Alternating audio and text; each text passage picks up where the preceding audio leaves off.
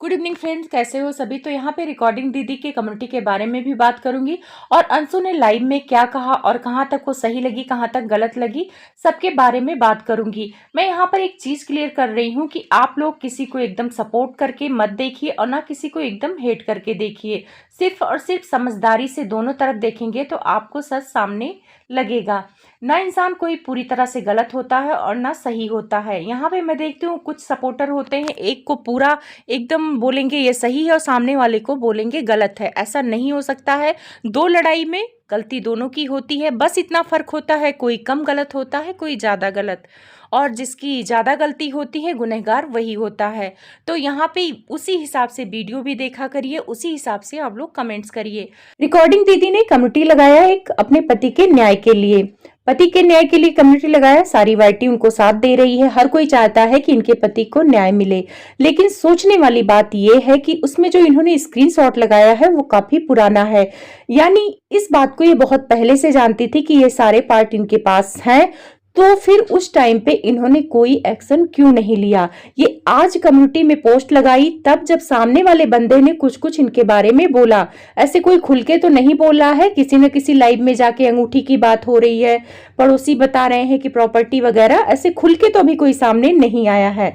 वैसे ये खुल के सामने आ चुकी है रिकॉर्डिंग दीदी। इन्होंने धमकी दे दिया कि अगर इनको परेशान किया जाएगा तो ये सुसाइड कर लेंगी। इसके बारे में भी बात करूंगी। तो वही चीज मैं कह रही हूं कि अगर न्याय की बात थी तो अभी की परिस्थिति इन्होंने क्यों चुना, इस बात पे ध्यान रखना। क्योंकि ये चीजें ये पहले भी कर सकती थी, आगे भी पीछे भी, लेकिन जब ससुराल वालों की तरफ से थोड़े थोड़े कुछ ना कुछ लोग बोलने लगे, ननद, तभी रिकॉर्डिंग दीदी को कम्युनिटी की याद आई। ये कम्युनिटी आप पहले भी लगा सकती थी, आपको घर छोड़े काफी टाइम हो गया।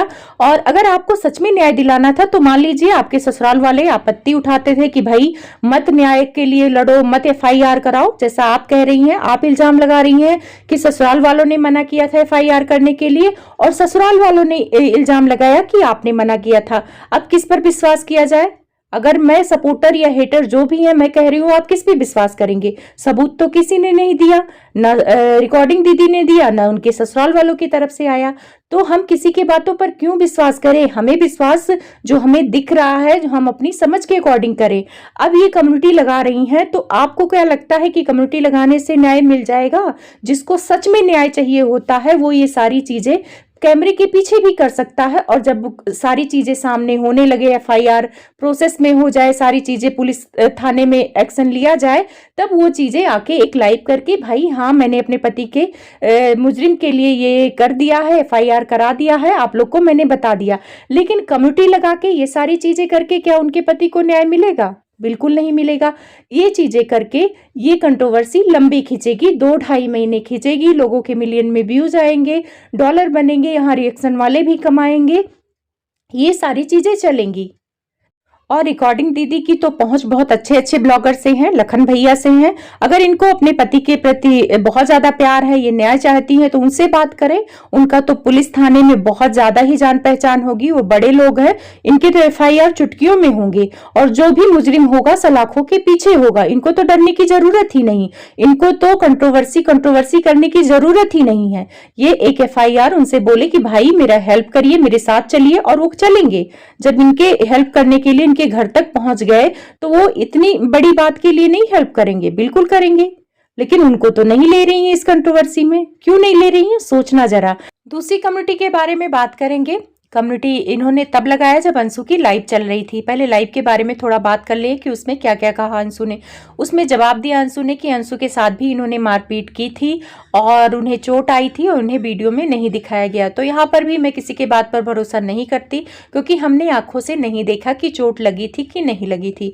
अंशु की चोट को वीडियो में नहीं दिखाया रिकॉर्डिंग दीदी ने, तो दुनिया नहीं विश्वास करेगी कि चोट लगी थी कि नहीं लगी थी, जो समझदार होगा। और दूसरा, ऐसे ही रिकॉर्डिंग दीदी ने अपने ससुर पर इल्जाम लगाया कि उनके ससुर गलत निगाह रखते थे, और इन्होंने अपनी वीडियो में ये कहा कि उनके पति राजवीर के सामने ही इन पर गलत निगाह रखते थे, वो सामने खड़े होते थे और इनके ससुर इन पे गलत निगाह रखते थे, और इसके लिए उन्होंने अपने पापा को डांटा भी था।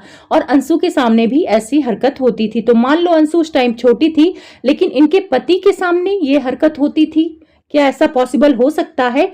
एक बंदा चाहे कितना भी गिरा हो, गिरे से गिरा इंसान अपने बेटे के सामने या किसी और के सामने अपनी बहू पर गंदी निगाह रखेगा? ऐसा पॉसिबल है?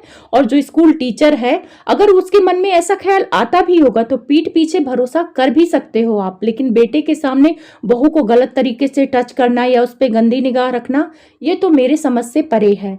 और ना हमने कभी वीडियो में देखा है गलत निगाह करते।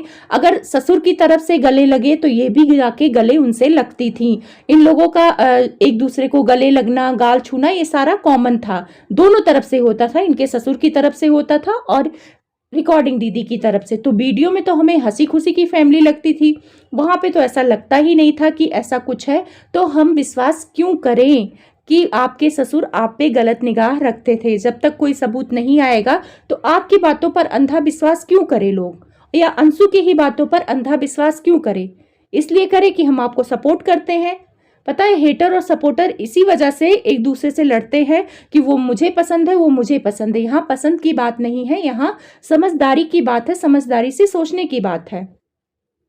और कोई भी बेटे के सामने ससुर कितना भी गिरा हो, कुछ भी हो, ऐसी हरकत नहीं करेगी। पीछे मैं मान भी लेती कि ऐसी हरकत होगी। तीसरे सवाल पे आते हैं। इन्होंने घर छोड़ने की बात पे लोग सवाल कर रहे थे, तो अंशु ने कहा कि इन्हें ब्रांड खोलना था, इस वजह से घर से बाहर गई। हम वहां पे कोई लड़ाई झगड़ा नहीं हुआ था।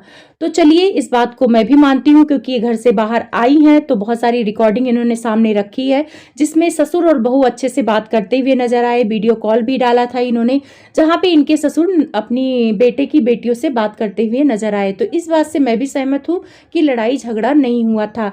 लेकिन एक चीज मुझे समझ में नहीं आ रही थी कि जब इनको घर छोड़ना था तो वहां पे ये अपने पहले पति की रिकॉर्डिंग क्यों लगाई? पति की रिकॉर्डिंग लगाने का तो कोई मतलब ही नहीं था। उनके बारे में तो कोई सवाल भी नहीं कर रहा था कि आपके पति पहले पति कैसे थे, क्योंकि आपकी जब दूसरी शादी हो जाती है तो पहले पति का तो कोई मतलब ही नहीं था। कि अगर आपके पहले पति इतने बुरे थे तो उस घर में आपको शादी करनी ही नहीं चाहिए थी। लेकिन आप घर से बाहर निकली तो उसमें पहले पति की वजह से तो आप निकली नहीं कि उनके साथ मारपीट आपके साथ हो रही थी या उनके साथ झगड़ा हो रहा था, इस वजह से आपने घर छोड़ा। घर तो आपने सास ससुर के वजह से छोड़ा। आपके कहने के अनुसार वो बहुत बुरे थे, आपके साथ बहुत घरेलू हिंसा होता था, आपके साथ शोषण होता था शारीरिक, तो इस वजह से आपने घर छोड़ा। तो आप अपने ससुर की रिकॉर्डिंग लगाती। आज जो आपने फोटो कम्युनिटी पे लगाया अंशु की लाइव देखने के बाद, यानी आप कुछ तो ऐसा है जिसको रोकना चाह रही हैं, डराना चाह रही हैं, धमकाना चाह रही हैं। अगर आप सही थी तो ये जो आपने पोस्ट लगाया है मारपीट का, उस दिन लगाती और डंके के चोट पे बोलती कि भाई मेरा ससुर ऐसा है और देखो मुझे मारा पीटा है, इस वजह से मैंने घर छोड़ा। आपने तो एक मरे हुए इंसान को बदनाम करके सिंपैथी ली, तो कैसे हम मान लें कि आप बहुत सही हैं? आप तो तब महान होती जब आप अपने मरे हुए पति का कुछ भी नहीं रिकॉर्डिंग डालती। उस रिकॉर्डिंग से कोई मतलब नहीं था इस कंट्रोवर्सी का, सिर्फ और सिर्फ उस रिकॉर्डिंग से आपको बेचारी और आप अबला खुद को साबित करने के लिए वो रिकॉर्डिंग आपने डाला। अगर आप सही थी तो आप अपने ससुर के करतूतों को सामने लाती, जैसे आपने बेफिक्र होके उनके करतूतों को बताया कि मेरे ससुर ऐसे हैं, प्रॉपर्टी बेचना चाहते हैं, ये सारी चीजें। तो आखिर वो क्यों बेचना चाहते हैं प्रॉपर्टी? कहीं ना कहीं कमी आपकी तरफ से होगी। जो सारे लोग बोल रहे हैं कि प्रॉपर्टी आपके नाम कर देनी चाहिए, बेटियों के नाम कर देनी चाहिए, मैंने ऐसे बहुत सारे केस देखे हैं कि माँ बाप अगर अपने बच्चों को प्रॉपर्टी दे देते हैं तो उन्हें वृद्धा आश्रम भेज दिया जाता है, उनके साथ बहुत बुरा होता है। इनके पास प्रॉपर्टी रहेगी, इनके सास ससुर के पास, तो कम से कम उसी लालच में उनकी सेवा तो कोई करेगा। ये तो सेवा करने से रही, क्योंकि भाई वो तो इन पे गंदी नजर रखते हैं, तो ये तो जाएंगी नहीं। और रही बात इनकी जो बेटे की बेटियां हैं, तो उनको तो भाई वो प्यार करते होंगे, कोई अपने बेटे की बेटियों को इग्नोर नहीं कर सकता। तीसरा सवाल पूछा गया था कि इंस्टाग्राम पे कौन एक्टिव था, क्योंकि उस टाइम पे राजवीर जी की मृत्यु हुई थी और पूरा परिवार इस कंडीशन में नहीं रहा होगा कि फोन चलाए। तो हाँ, इस वजह से कंफ्यूजन हुआ था, क्योंकि रिकॉर्डिंग दीदी का जो इंस्टाग्राम था उस पे उसी दिन से, जिस दिन राजवीर जी की डेथ हुई है, उसी दिन से एक्टिव कोई था और लोगों को फॉलो कर रहा था और सारी चीजें कर रहा था। तो वो सारी चीजें देख के हम लोगों के मन में डाउट भी हो रहा था कि शायद ये मृत्यु की खबर झूठी हो, क्योंकि सामने वाले का पति चला गया है और इंस्टाग्राम चला रही हैं, तो शायद कुछ तो झोल है। तो हाँ, ये सवाल अलका दीदी ने बहुत सही किया था, पर इसका जवाब अंशु गलत समझ के दे गई। वो राजवीर जी के इंस्टाग्राम और फोन की बात को समझ पाई, जबकि सवाल शायद अलका दीदी रिकॉर्डिंग दीदी के बारे में पूछ रही थी। और मैंने भी, मेरे मन में भी यही सवाल था कि वो इंस्टाग्राम क्यों एक्टिव था। मान लो अंशु ये बात नहीं समझ पाई और उसने रिप्लाई राजवीर के इंस्टाग्राम को समझ के दे दिया। तो हाँ, राजवीर का भी इंस्टाग्राम व्हाट्सएप क्यों एक्टिव था ये भी जवाब देने लायक है। अंशु के हिसाब से भाभी ने दिया है और ये दोनों सवालों का जवाब अब रिकॉर्डिंग दीदी को देना चाहिए कि कौन सही है कौन गलत है, क्योंकि हम अंशु की बातों पर क्यों भरोसा करें। लेकिन ठीक है, मान लीजिए राजवीर का फोन मामा के ऊपर इल्जाम लग रहे हैं कि उनके पास था, वही सब कुछ कर रहे थे, तो रिकॉर्डिंग दीदी का फोन किसके पास था? आखिर रिकॉर्डिंग दीदी के इंस्टाग्राम पे कौन एक्टिव था? ये भी सवाल पूछने लायक है। तो हम किसी को पूरा सच और पूरा सही कैसे मान सकते हैं? फोन ऐसा भी हो सकता है कि मामा के पास रहा हो, ये बात सच हो, उसके बाद रिकॉर्डिंग दीदी के पास गया हो, क्योंकि किसी के पास फोन रहता है तो उस पे कोई चीज आएगा तो आदमी सीन कर ही लेता है।